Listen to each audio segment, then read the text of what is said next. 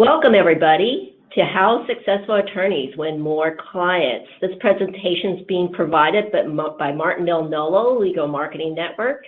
My name is Madeline Xavier, and this is in conjunction with the law offices of Ross W. Albers and Ruby Receptionist. Next slide. We'll cover, next slide. Just a little bit about the Martindale-Hubbell Legal Marketing Network. Our focus is entirely on helping attorneys, like all of you, grow their practice. We are the largest legal marketing network with 15 million visitors and 100,000 requests for attorneys every single month. We provide a complete, comprehensive solution for online marketing that includes lead generation, professional profiles and websites, and Engage live chat. Now on the next slide, I just wanted to introduce your speakers for today. There's me, yours truly, Madeline Xavier. I'm the Director of Marketing at Martindale-Hubbell. Chelsea Langan is our VP of Sales. And we're joined today by Ross Albers, the owner and a DUI attorney at the law office of Ross W. Albers, and Diana Stapleton, from VP of Partner Engagement at Ruby Receptionist. Let me talk a little bit about give you some housekeeping notes here. Please submit any questions you have through the webinar platform. You should see that on your right of this console. And we will have a Q&A session during the last 15 minutes to address your questions. But again, please submit the questions anytime. Any unanswered questions, we'll respond to those after the event. There will be a webinar replay that we will provide you in a thank you email to follow the webinar. And if you need to contact us directly, please feel free to do so. Here's a phone number, 877-317-9160, or adservices@martindale.com. So now, without further ado, let me introduce you to Chelsea Langan. Thanks, Madeline. Next slide, please. So today we're going to detail what the online marketing universe looks like for legal professionals, why lead management and intake are so crucial to the success of your law firm, as well as best practices and technology solutions to help you convert more leads into paying clients. We're also going to share some interesting data on the consumer behavior as well as attorney success metrics with lead generation services. I do want to point out that any of the details or processes that we speak about today will work for any area of practice, not just criminal and DUI. Next slide, please. All right, marketing. It's a word that can send shivers down some attorneys' backs.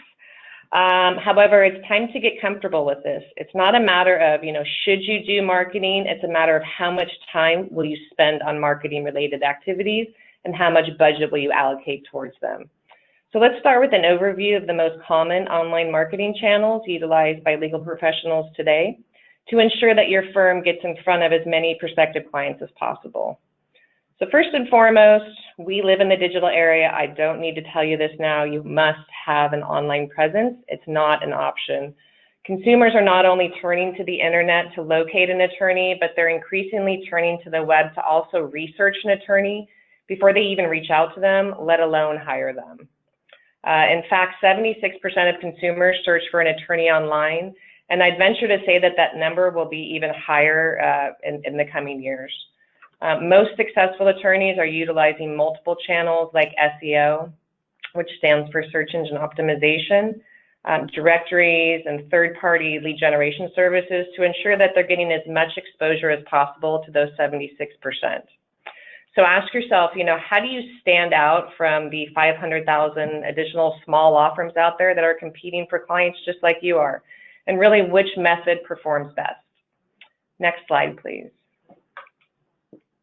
Let's go ahead and pause here for a moment and do a quick poll on a very important metric that helps you, really determine how well your marketing channels are performing. So please answer the question here. How many clients do you retain from your marketing efforts each month? Is it less than 5%, 5 to 10%, 11 to 15%, greater than 15%, or are you unsure? It's okay if you're unsure. part of the reasons that we hold these webinars. Again, please select only one answer, and once we close the poll, you're going to go ahead and see the tallied results. And while we're waiting, I'd like to point out that, while we're asking for an overall metric, each marketing channel can and will have their own unique rate, and this metric can also vary by practice area. Okay, let's see if we can go ahead and close out the poll. That's good. So a pretty good percent of you are unsure, and again, that's okay. Don't worry. It's nice to see that some of you are having some pretty good success with more than 15%. Kudos to you. Next slide, please.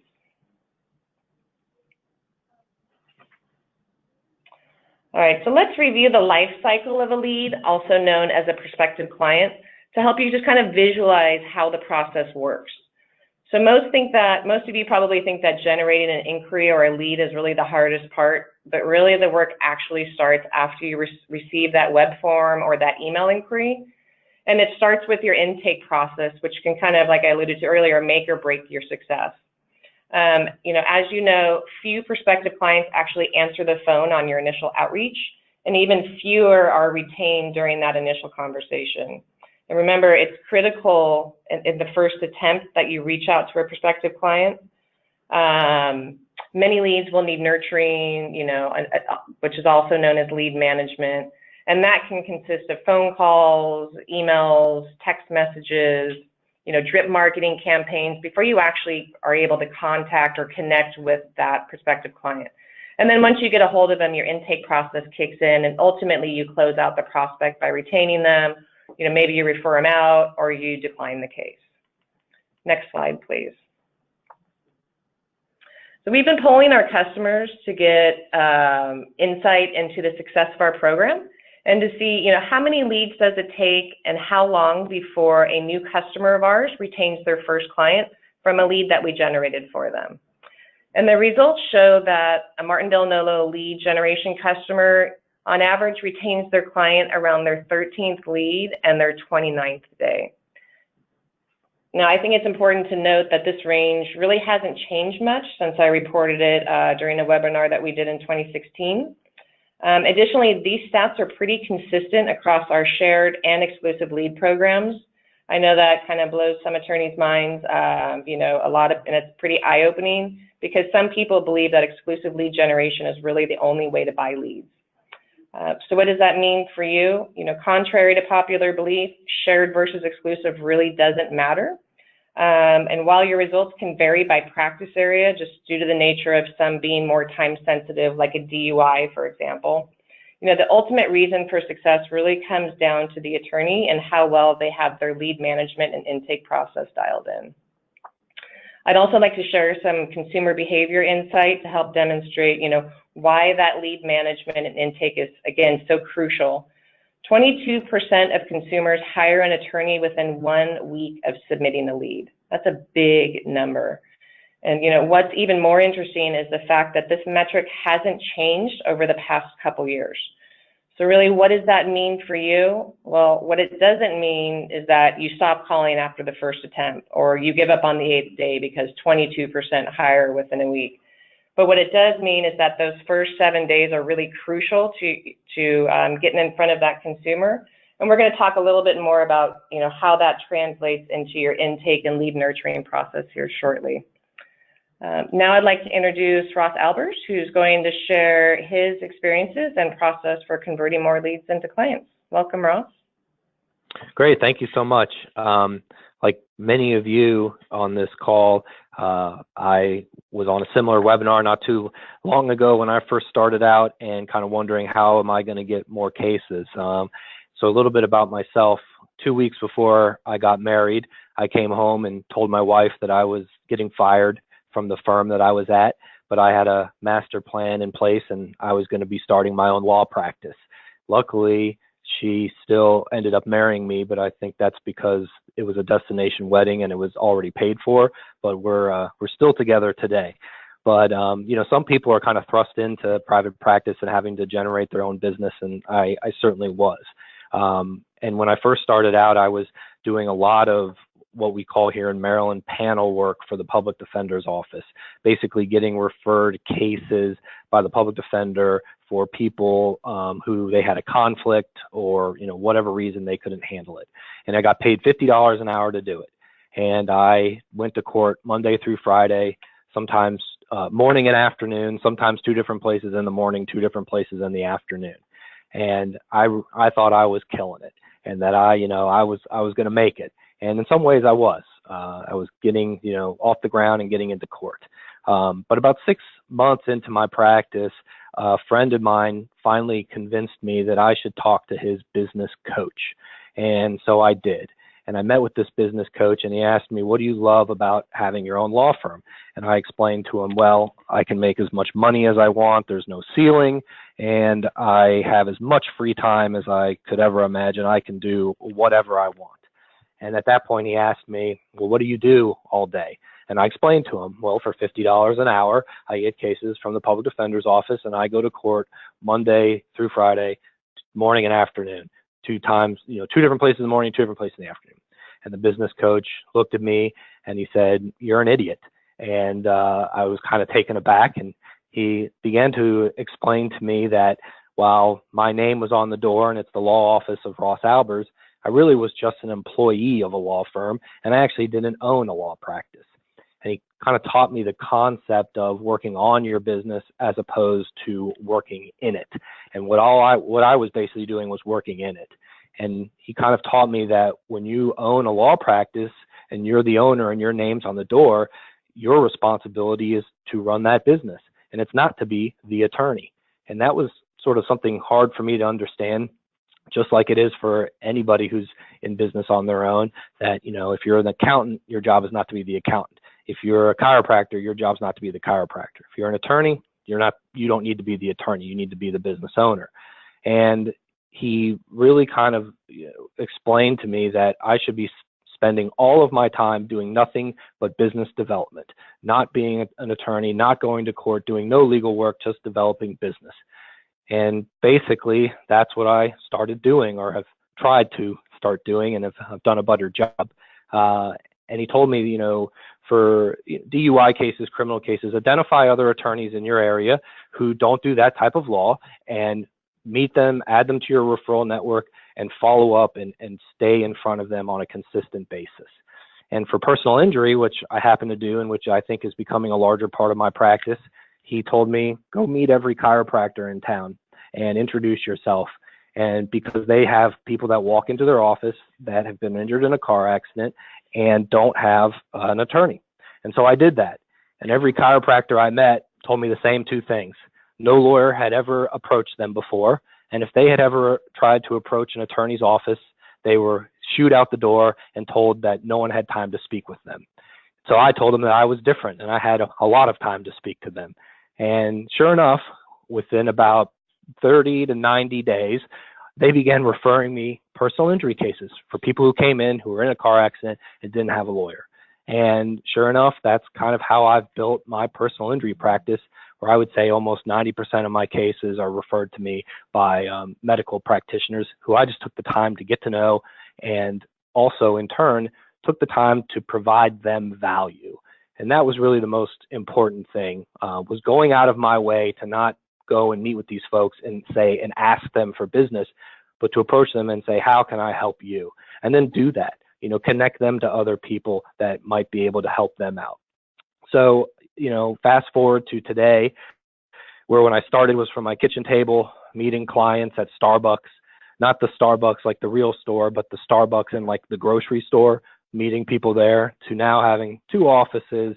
I just inked a deal with an attorney of 30 years experience to basically come on of counsel and handle my personal injury cases for me, full-time legal assistant and, full-time associate, so that I can spend my time doing the one thing that really truly matters when you're the owner of a law practice, and that is developing business. And so for those of you out there that are listening, I would highly, highly encourage you to reach out to, and I'm more than happy to connect you with my coach or even help you look for one. Find a business coach, because lawyers are horrible business people. we're great lawyers and we love being a lawyer. But you know what? When your name's on the door, your job is to be the owner of a business and not to be the attorney. And that's something that's hard for a lot of people to understand. But for me, I've developed that mentality and believe in it. And so I can't say enough about how you need a coach or a consultant helping you. And like I said, reach out to me after the webinar today. I'll be happy to talk to you in more detail about my experience. We can go to the next slide as well here. Again, you know, the other thing I would tell you that has been very successful and very helpful for me is testimonials, specifically Google reviews. I know it kind of differs from state to state in terms of testimonials and what you can post or ask for or what have you. But, you know, I ask for Google reviews and I ask for Avvo reviews, you know, NOLO, whatever. And I think what separates me from other people is we all know we should be asking for these reviews and testimonials, but we're not relentless about it. So you have a client and you do their case and you're leaving the courthouse, and in passing you might say, oh, I'd love for you to write me a review, or maybe you even forget to ask for it. I think the difference between me and other attorneys is that I follow up. I make sure the review gets written. Now, I think you can only push it so much, and you don't want to be seen as sort of coercing them to do it, but I haven't had a single client that said, stop annoying me about the review. Most are, oh my God, I forgot, I'd be happy to do it. And I can tell you, in my opinion, a testimonial, especially one online like Google, is worth thousands of dollars. Just because I know when people find me, the first thing, I usually ask them, well, how did you find us? And if it's through the internet, the first thing they always say is, well, I read your testimonials. And so if you have 0 testimonials and the person next to you has, 10, they're going to go with that person. And if you're like me, if you have 130 and, no one else in your area has any, they're more likely to call you. So I just think you have to be relentless about asking for those, because I can't say enough. They are worth thousands of dollars, and they're worth many new clients. So, that's really kind of my story. Just to kind of summarize, I would tell you, get a business coach. Absolutely. It'll drastically improve your practice and how you manage it. And I'd also say really focus on testimonials and reviews, specifically Google. With that, I'll pass it back to Madeline. And so on this next slide, I'd like to talk just a little bit about our 4 R's. I think personally that Ross demonstrates each of these 4 R's exceptionally. The first one is about response time. And, I think several people mentioned, including Chelsea, that you need to respond immediately when you get an inquiry. When I first talked with Ross, that was what he was all about, responding to each and every inquiry personally, actually, right away. And I'll talk a little bit more in the next few slides just about what that means, how soon and how often.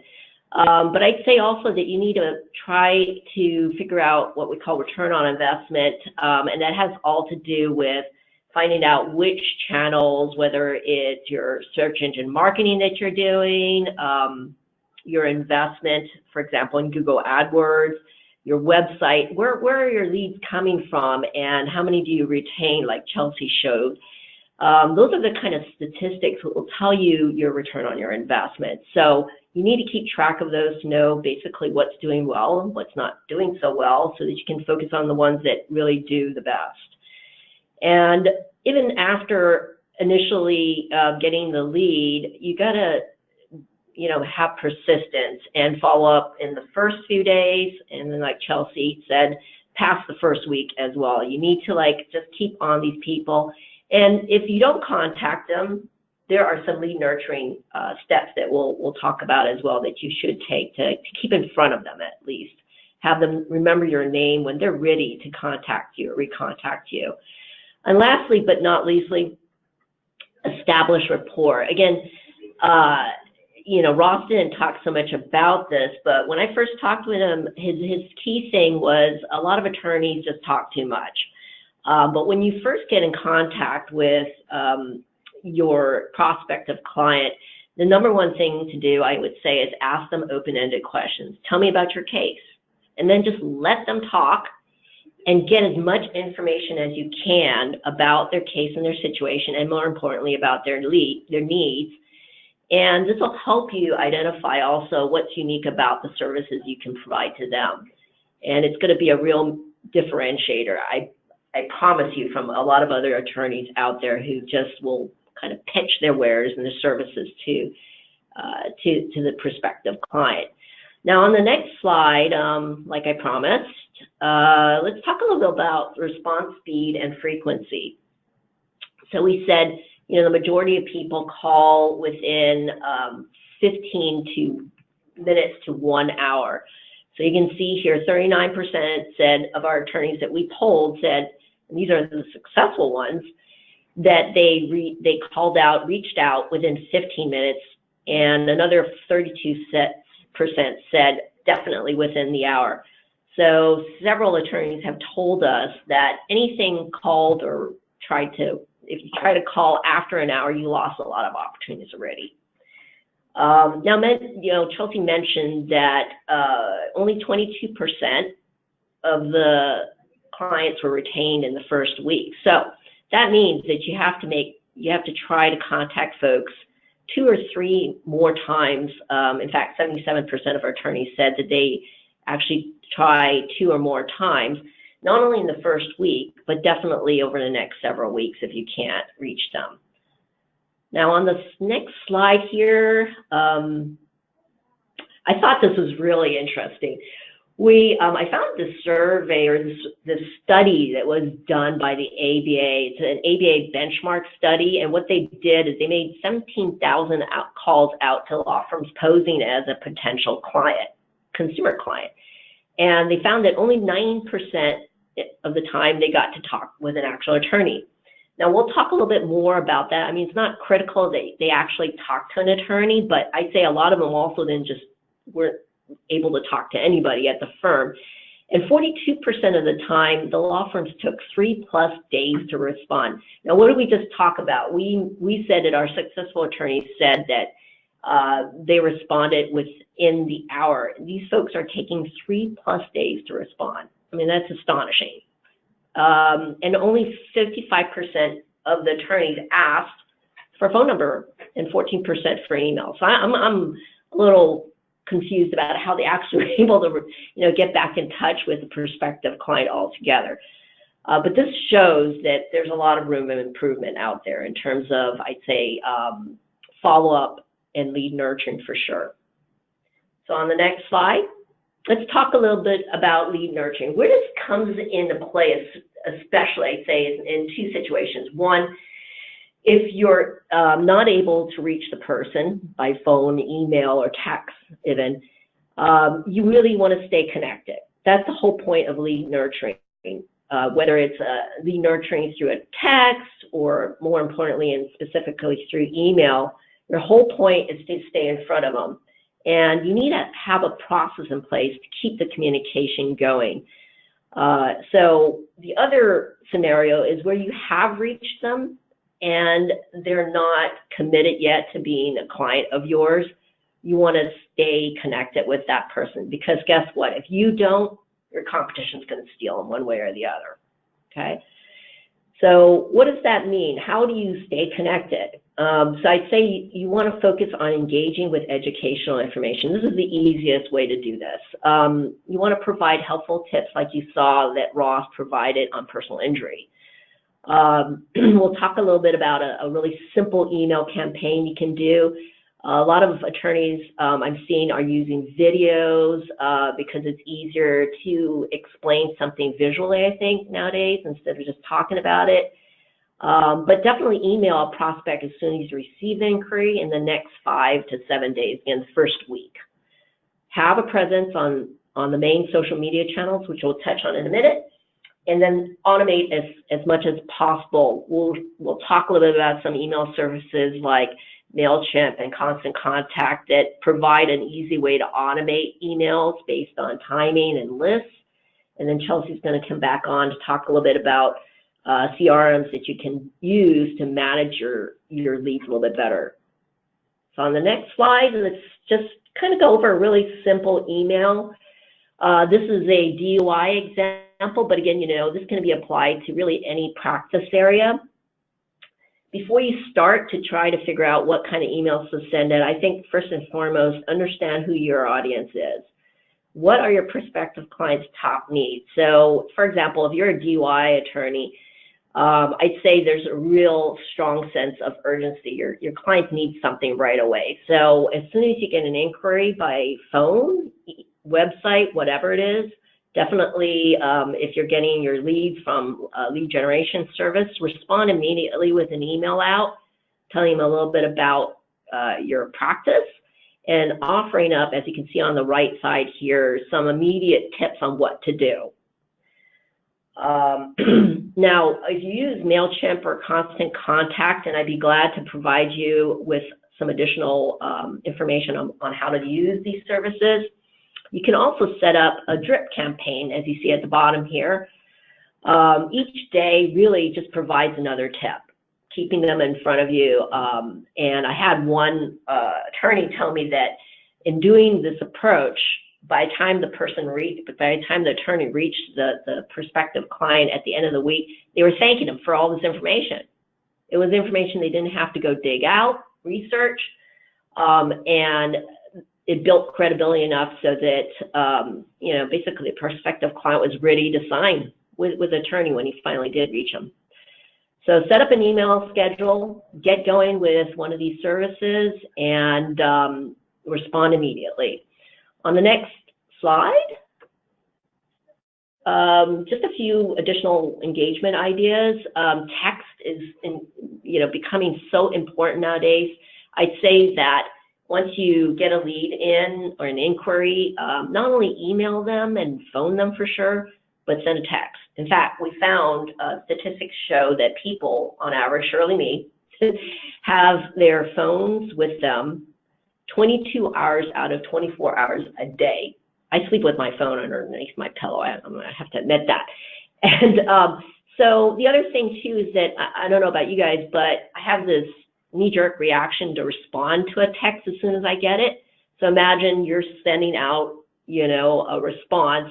They're more likely to see your response and know that you're, interested in talking with them. But also create a blog and post any new blog postings on your website out to your social media and your profiles. Basically anything to keep prospects interested in coming back to your site. So on the next slide, just really quickly, again, another study by the ABA Law Practice Division. They showed that the two #1 social media outlets out there are LinkedIn and Facebook. So I'd say definitely have a social company profile on both of these pages. If you don't know how to do that, we can easily provide you with some articles on how to set that up. But surely Yelp and some other Google that Ross mentioned are important places to have reviews and also just to be involved in. LinkedIn has specific groups. Go find out which groups you should be involved in and participate. Be out there because you'll also get a lot of leads from other attorneys. And on the next slide, I'm going to hand you back off to Chelsea to talk about intake. Thank you. Thanks again, Madeline. So intake, what is it? So your intake process, or lack thereof, as I stated earlier, affects the number of prospects and eventually paying clients who make it into your office each month. And this is regardless of the source of those leads. I've worked with attorneys for 9 years now and consistently find that a solid intake process is the key factor in determining the success for our customers. And intake should be easy for your firm as well as easy on the potential client. This intake is going to provide you with a chance to, build rapport, pre-screen their case, which is really just a small set of must-have answers about the client and their legal matter to make, that informed decision on their case for worthiness or check for conflicts, discuss fees, etc. And as Madeline mentioned, make sure you're listening and ask open-ended questions. Additionally, using solutions like eSign or DocuSign are also great tools that can help expedite the process. You want to make sure that you get them buttoned up as soon as possible. so that another attorney doesn't earn their business while you're working through your intake process. I can tell you that 41% of our leads that are generated actually come in outside of traditional business hours of, say 8 a.m. to 5 p.m. Now, think about it this way. As a prospective client, are you going to be more willing to work with the law firm that you can connect with outside of those traditional business hours, when you submitted your inquiry? Or did that firm take 24 hours or 3 days, as Madeline alluded to get back to you? Again, remember how important a first impression is. Another aspect of intake is training. Is your intake staff trained? Intake, again, is a make or break function, so the individuals that are handling that must be attentive and engaging, while also working as efficiently as possible. Finally, it's important to note that client intake is something that you can do yourself. You can designate staff, or you can outsource all of it or a portion to a third party. But by developing consistent, repeatable and a streamlined intake process, you're going to get benefits of less time on non-billable tasks, better organization, improved operational efficiencies. You're going to have reduced overhead because you have a streamlined operation, and more importantly, you're going to increase your client conversion rate. Next slide, please. So how do you manage your leads? In a word, statuses. So whether you're using a spreadsheet or a third-party solution, lead statuses are essential. And I want to emphasize how important this piece is. Having a status flag is going to allow you to quickly know exactly where you are in the process for each of your prospective clients, and what's your overall inventory of potential clients, more importantly, so you can project revenue. Essentially, it acts like a pipeline manager to help you forecast future revenue and new client retention. Statuses aren't a set it and forget it. You must also make sure to go back and update the status of each of your leads as they move through your process. I provided some examples of statuses in the slide. However, you can feel free to tailor those to your individual needs. Next slide, please. All right, so CRMs. If you're not already using a CRM, I want to introduce you to your new best friend. In a nutshell, a CRM is just an acronym for Customer Relationship Management, and it's going to help you track and manage your leads through the entire sales cycle, from when you initially receive that inquiry all the way through to the sign-up process, and some even do a little bit more. So CRMs are also, they drive cost-reducing efficiencies. So, for example, many of our customers have the leads that we generate for them fed directly into their CRM, and also the leads that come from their own website. So this reduces the amount of administrative time that you have to have by copying and pasting that information from one place to another.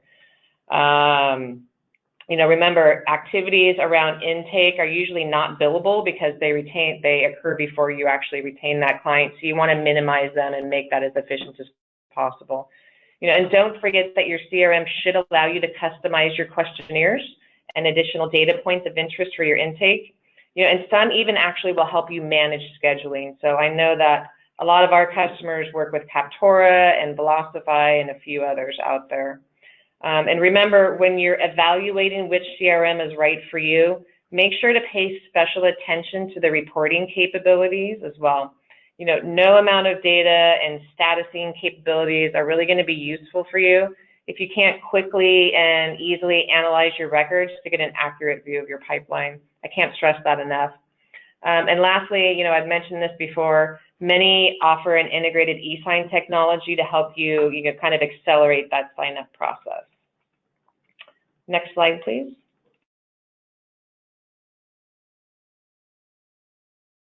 I often hear attorneys saying that they can't handle the lead volume that they have, or they can't take on additional lead volume because they're not willing or they're unable to take on additional staff to work those leads.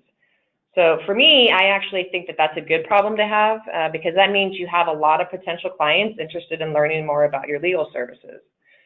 So I'm going to leave you with one final stat from a white paper that we have that gives some interesting insight into how firms are handling intake today.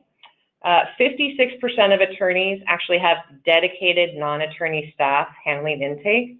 Now, remember, those individuals, they might be in-house or they might be third-party. We don't differentiate that here. And nearly 47% of those individuals have the ability to make a decision on whether or not to accept a case. I know that that's a little shocking for some of you, but I'm finding that a lot of law firms are now moving to a dedicated group for intake that have the ability to make those decisions. So, you know, what do you do if you're a solo practitioner that doesn't have enough resources to manage the process? Well, you know, if you're not able to add staff in-house, there are, like I said, a lot of third-party services out there who will handle some or all of your intake for you. You know, you just need to figure out, do you want them to answer all of your incoming calls only, or manage a portion or all of the intake process? You know, ultimately, it's up to you to decide really where your pain points are that are going to free you up to focus on activities that are billable or business development, as Ross suggested. All right, so that's it from me. So let me go ahead and introduce Diana of Ruby Receptionist, who's going to share some great insight into the virtual receptionist solutions. Welcome, Diana. Thank you so much. Well, so again, I'm Diana Stapleton with Ruby Receptionist. It used to be, you know, that people did their pre-purchasing research on their computers. You would sit down in front of your computer and you would peruse various websites. So if the websites you were looking at were well-designed and thorough, you could find everything you were looking for, right? And your potential clients could find everything they were trying to find out about you. Over the last few years, things have changed a lot. The majority of people now do that searching from their cell phones, not from sitting in front of an actual computer. In fact, we find here at Ruby that the vast majority of our traffic, almost 80% of our traffic, comes from cell phones these days. And regardless of how well your website displays on that little screen, mobile users often tire very quickly of navigating on it, and they're more likely than ever to hit the little click to call button to call you. Excuse me, even if what they were looking for is probably somewhere on your website. It's just people don't take the time to do it anymore. They're much more quick to just hit the little click to call button. So it's an important thing to note here, actually, before I get going a little bit more, how vital it is to have your phone number prominent and clickable on your website, on your home page, on any page that has a call to action, like your Contact Us page. Or frankly, ideally, you would have it anywhere in the header and footer of pretty much every page on your website. So as this slide indicates, this year mobile search will drive more than 70 billion inbound sales calls to businesses small and large, and it's predicted that a whopping 162 billion calls will be made to businesses in 2019. We are in the phone answering business, and people are frequently asking us if we're worried about phone calls going away, and no, we're not. We see the statistics show that they're increasing, or the research shows that they're increasing. We also find it ourselves with our existing customers, that our existing customers are getting more and more calls all the time. Studies also show that smartphone users really value not only the convenience of being able to call, but the human interaction that results. They are looking for a personal connection. In this day and age of everything being electronic, and most of your communication, even with your friends and family, being electronic, the opportunity to really connect with a person in real life makes a huge difference. So there are a lot of valuable stats out there that really show how true this is. So we'll see on the next slide. I think, there we go. 74% of people said that they're likely to choose another business after a bad phone experience. And when they were asked about what a bad phone experience might look like, that could even just be something, an automated thing answering. 80% said a good experience is likely to earn their repeat business. Ultimately, really, callers want to have a conversation. They don't want to reach voicemail or an automated system, no matter how cute and clever it might be. People get very creative with those, and sometimes they're very clever. 72% of callers who reach an automated answer actually said that they would hang up without leaving a message and perhaps call a competitor. And with so many attorneys out there, you cannot afford to let a potential client do that. You spend so much time and money and energy to get that phone to ring, so it's important to have a live, friendly person answering when it does ring. Excuse me, that can be you, it can be staff in your office, it can be a remote service like the folks here at Ruby Receptionist.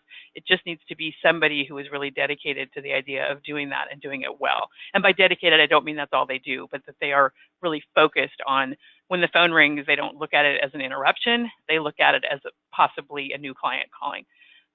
So when potential clients potential new clients call and reach voicemail, they don't know if you're gone for an hour or you've gone to Hawaii for a week, and you run the risk that they'll just Google further and find another attorney to call. It's really super important that you respond to them quickly. So on the next slide, I thought I would take a moment just to clarify a little bit of the differences between some virtual options that are frequently confused. And I could have gone on and on. There's also virtual PBXs. There's all sorts of virtual things these days. But a virtual office is a physical building. Space, you can rent an office space. You can just use their conference rooms, their meeting rooms, that type of thing. Sometimes people just use it for a physical address. They do sometimes answer the phones, but it is not their forte. They can do it, and some do it well. But again, it's something that is kind of an afterthought for them. And we hear a lot of stories of, it's a marvelous space. I love all the community that is built within these walls, but answering the phones is really not their thing. A virtual assistant is also something that people sometimes confuse with us. It's a person who remotely can do all sorts of things for you, from preparing documents, doing your books, helping you with social media or web design. It really runs the whole gamut. They can do just a ton of things. And they typically do not answer the phone. They are often remote. They could be in their home or in a Starbucks with Ross, but where Ross used to be. But they're typically not in a place where they can answer the phone, and they often do their work potentially, kind of quote, odd hours. So they can do their work whenever. They don't need to do it during business hours when you might need someone answering the phone. And then there are companies like ours, virtual receptionists. We answer the phone sounding like we're sitting in your office, but in our case, we're sitting in our offices here in Portland, Oregon. So they can be any number of places, but they are really just focused on answering the phone and doing a great job of that. So on the next slide, why might you want a virtual receptionist? As mentioned earlier, follow-up is just critically important. Obviously, answering immediately is the best case scenario, but as an attorney, you can't always be available. And even if you are available, it's wise to be picky about which calls you take and which ones you don't. And for those you don't, setting good expectations for those callers is the next best thing. So having a live person answer the phone and tell the caller, the attorney's in court until 3 or whatever the case might be, it really puts the caller at ease and allows them to comfortably wait for the return call. I think this is something that we experience ourselves when we're calling and trying to get someone to do work for us. I'm recently trying to get contractors to work on the front of my house, and I call and I leave a message and a voicemail, and I don't have any idea what those those people are still in business or what they're doing, and then I sit and worry for a minute, and then I find that I just call another contractor, and I keep calling until I can get someone to give me some assurance that either they either answer the phone and they answer my questions, or they assure me that they're out in the field and someone will be calling me back at the end of the day or in the morning or something. But if you think through how that feels as a consumer, and that as a consumer of maybe contractors is not nearly as stressful as being a consumer of legal services. So if you try to think of that as you're going through your day and consuming things and making phone calls, and you can get a better sense of how your potential clients and existing clients might feel. So potential clients really want a live, friendly professional to answer the phone, engage with them, let them feel heard and cared about. So this will absolutely increase the chances that the potential new client will engage your firm. We hear these stories all the time from our attorney customers, people who expressly said that they hired the firm because the receptionist was so nice, which, it isn't just a nice, it's a bigger answer than that. It's a little more complex than that, obviously, but that's really what it comes down to, is they walked away with a really good taste in their mouth, and they're pleased, and they want to continue doing business with that firm. So what can a virtual receptionist do for you? In the case of Ruby, we can answer calls with your custom greeting, transfer calls through to you live when you're available, take messages when you can't or don't want to take the calls, set good expectations, as I just said, with callers to put their minds at rest, answer frequently asked questions, complete intake forms, which we were just discussing, place outgoing calls on your behalf to confirm appointments, relay information, gather information, that kind of stuff. Essentially, we can do anything an in-house receptionist can do on the phone, but for a whole lot less money.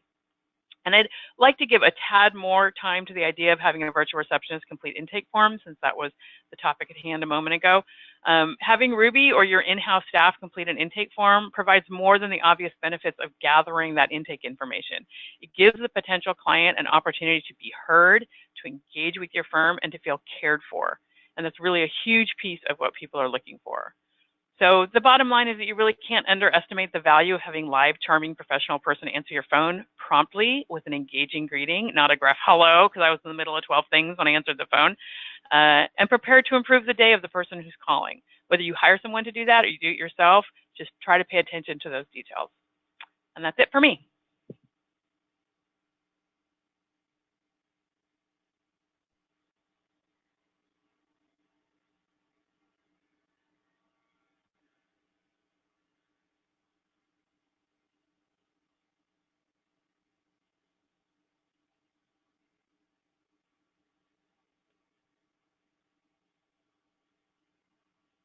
So the first, hi, I want to make sure everybody can hear me now. So we're going to go ahead and segue into the Q&A portion of our webinar.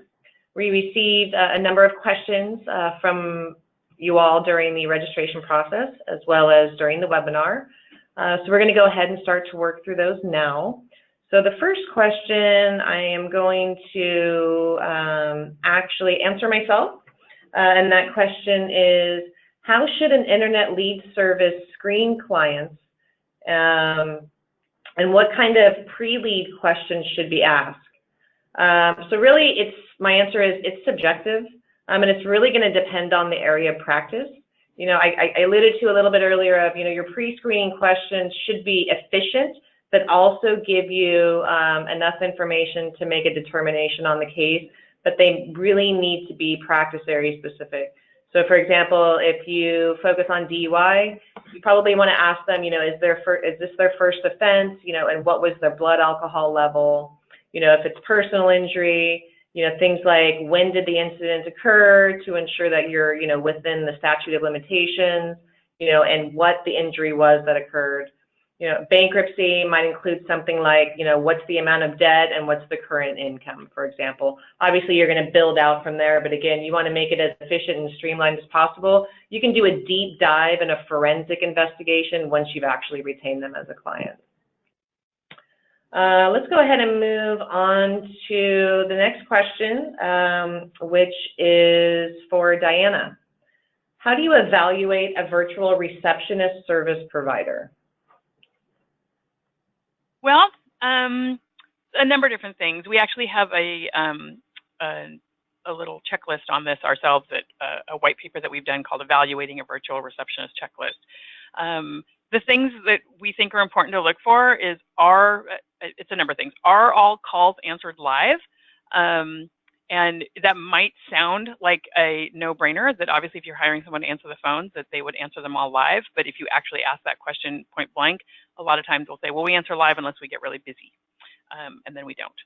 In our case, we do answer 100% of the calls live. We do not have anything automated that it can answer during our business hours. So we absolutely answer them live. Where are the receptionists? So it's both a question of, are they native speakers of the language you want them to be communicating in, and are they in an office as opposed to being at home, running the risk of a baby crying or a dog barking or the doorbell ringing or, you know, any of those types of things. Are they able to provide the features that you're looking for? So are they able to transfer calls live? Do they answer with your custom greeting so it doesn't sound like an answering service? Can they route different calls differently? You know, could you say, I want existing client calls to, you know, I want you to take a message if an existing client calls, and I want someone from the courts calls, I want you to find me at all, you know, call every number you have for me until you find me. You want to find out how you're being charged, so you want to understand, ask specifically if there are any hidden fees that might not be obvious. You want to see if they can provide references. Ideally, something like a money-back guarantee is always a nice thing. And, you know, is it easy to cancel? Are you locked into something, or can you just leave if you don't love them? And then one of the things that we think is really important is the ability to update your call preferences on the fly. So again, we want to sound like an in-house receptionist. So if you typically tell us that we should transfer calls to your cell phone and you're going into a meeting for a couple hours, you're going to court, or even you're going to lunch, just the same type of things you could tap a receptionist on the shoulder and say as you walk out the door to wherever you're going, you can let us know that. And some services also have that ability, but I think it's an important question to say, hey, can I on the fly say, hey, I'm going to be in a meeting for 2 hours, hold my calls, and, you know, only call me if it's urgent, or don't call me at all because I'm in court and I can't take calls. So those are really the key things we look at. Great, thank you. All right, next question. Is there any one surefire thing to do in order to not turn off a potential client? This sounds like a little bit of a loaded question. So Ross and Diana, do you guys want to head that one up? Maybe Ross first. Talk about, how you address this. Sure. I mean, I guess the better way for me to answer the question is how, what I do when I talk to a potential client and I guess convincing them to hire me. And the first thing is, it's not inundating them with lawyer talk and, what the Fourth Amendment is and, probable cause and all the exceptions. I mean, I see so many lawyers that they love spouting out how much knowledge they have about the law. And that's great. But when it comes to having someone hire you, it's about sort of developing a relationship with that person and finding a connection. And I find, after I ask them in a DUI case, for example, what happened, right? Okay, well, they're going to tell me and go on and on about what happened. And then the question, and write this down because I guarantee you most people are not asking it, and I found it to be the most important question I ask folks. And I think what gets me more clients is I ask them, what are your biggest fears? Okay, it's simple. What are your biggest fears? And then the person is ultimately going to tell you the reasons that they're here in your office. Okay, and for a DUI case, it's typically the same things. They say, well, I'm worried about going to jail. Okay, and I'm worried about losing my job. I'm worried about my license. And depending on the case, what I do is I go through those fears and address how I can or will or might be able to make those fears not happen, or show them how it's unrealistic. If first time offender, no prior record, I'm worried about going to jail. That's my biggest fear. And, obviously as lawyers, we can't guarantee them anything, but I can tell them, in my experience, I wouldn't be worried about going to jail.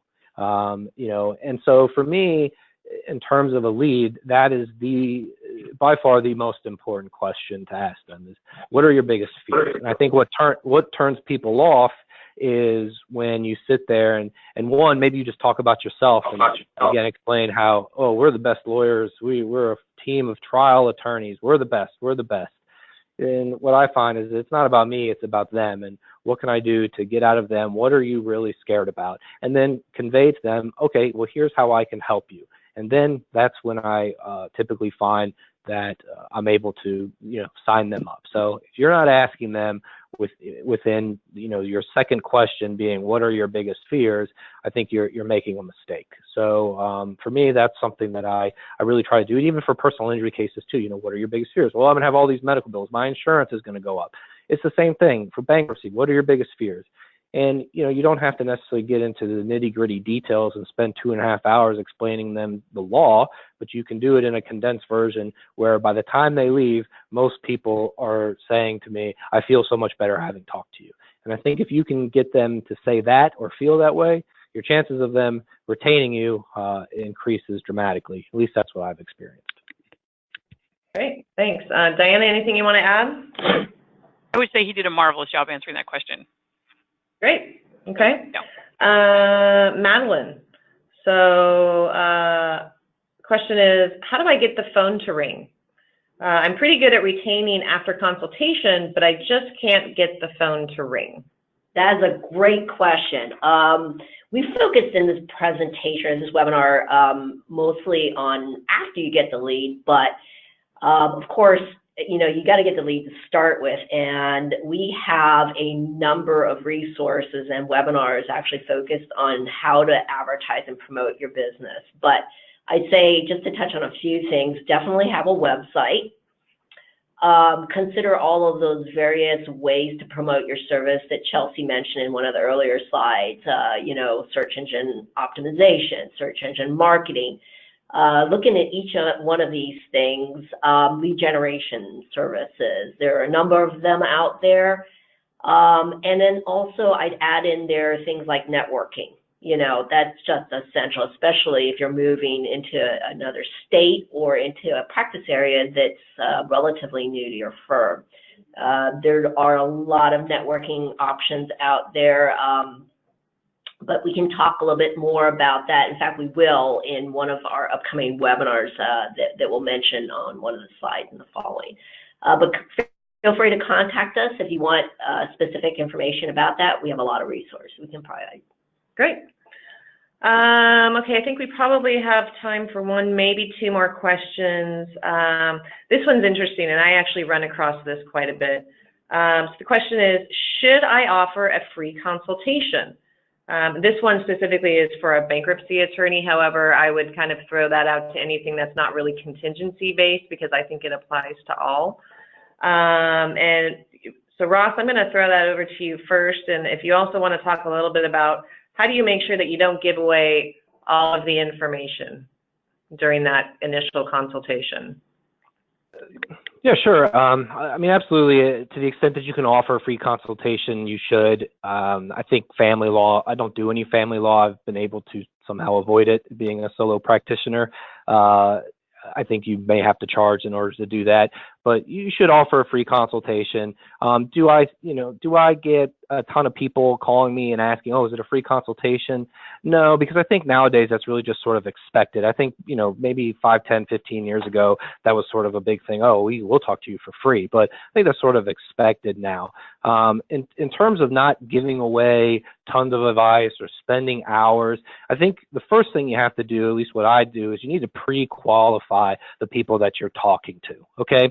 So if you're an attorney and your fee is thousands of dollars for a DUI case or a criminal case, and you're speaking to this person on the phone, and you begin to, you might ask them, what do you do for a living? And things like that. You want to kind of get an idea of, is this someone who could even afford to hire me? And if you spend 2.5 hours with the person, and then the last thing you tell them is, that'll be $10,000, and they're like, well, I have 500. Well, you probably could have just told them that when you first spoke to them right away. So you have to have sort of a sixth sense of sort of the person you're talking to. Are they pre-qualified? Are they someone who I think could even afford my fee? And if you can do that and you're confident enough to do that and just come out and tell people, this is what my fee typically is, you will save a ton of time in not talking to people who never had enough money to retain you in the first place. But say you get past that and the person does, again, I go back to ask them what their biggest fears are. So you can sit there for 2.5 hours and explain to them the inner workings of bankruptcy, only to find out that what they're really concerned about is this one thing. Okay, so why not identify what the 1, 2, or 3 things are that they're scared about, and then give them sort of a general sense of how you're going to be able to correct that for them. And if they're interested, this is what my fee is. And I don't do any bankruptcy. Certainly would love to make it part of my practice and merge or acquire a firm that does it. But I would not. You have to pre-qualify leads. And I think when you do that, you will drastically cut down on the amount of time that you perhaps are wasting or giving away too much information to someone who was never going to hire you in the first place. Great. I couldn't add anything more. That was perfect. Thank you so much, Ross. Okay, so that's all the time that we have today. Here's a slide here for some additional resources that we just had up that hopefully you're going to find useful around CRMs and best practices, as well as many of the articles and white papers that we referenced during our webinar today. Please note that these slides, as well as a recording of this webinar, will be emailed to you, as well as made available online in case there's anything else that you want to reference or listen to again. And to our speakers for this program, thanks so much for sharing your expertise with us. Don't forget to join us for our next webinar on October 12th. That'll be focusing on business development and expanding into new practice areas and locations.